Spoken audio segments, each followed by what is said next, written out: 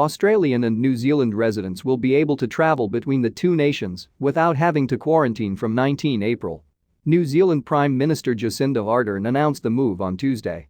Since October, New Zealand travellers have been allowed to enter most Australian states without quarantine, though this had not been reciprocated. Both nations have since contained COVID outbreaks and kept infection rates near zero. The countries shut their borders in March last year and brought in compulsory quarantine for returning nationals. When outbreaks have emerged, both Australia and New Zealand have instated snap lockdowns to halt the virus from spreading. Ms Ardern praised such aggressive responses as key to opening the travel bubble. "I cannot see or point to any countries in the world that are maintaining a strategy of keeping their countries completely COVID-free whilst opening up to international travel between each other," she said.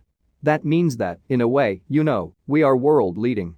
Australian Prime Minister Scott Morrison welcomed Ms Ardern's decision, while noting that his country's border had been open to New Zealanders for close to 6 months already.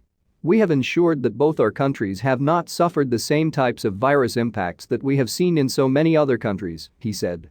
"The fact that we can now combine again will mean more jobs, will mean people reunited." Australia has recorded 909 deaths since the pandemic began, while New Zealand has reported 25. New Zealand will bring in green zone conditions similar to those that its citizens face entering Australia. Passengers travelling to New Zealand will be required to have spent the 14 days before the flight in Australia only.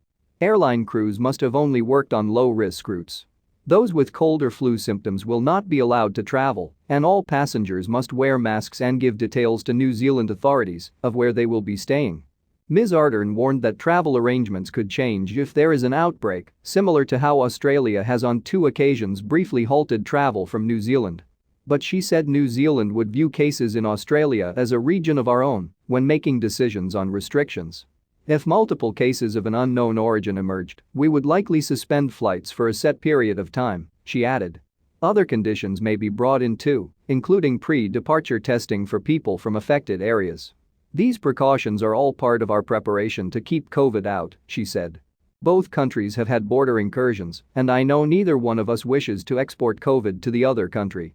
About 1.5 million Australians used to visit New Zealand annually prior to the pandemic, about 40% of that nation's international visitors.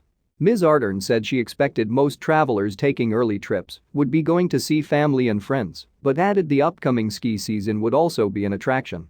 Australia's national carrier Qantas said it would resume 122 return flights to New Zealand per week once the bubble came into operation. This travel bubble is believed to be the second in the world after one opened up between the islands of Taiwan and Palau last week. Australia and New Zealand have also previously raised the idea of separate travel bubbles with low-risk places like Singapore, Taiwan, and several Pacific Island nations.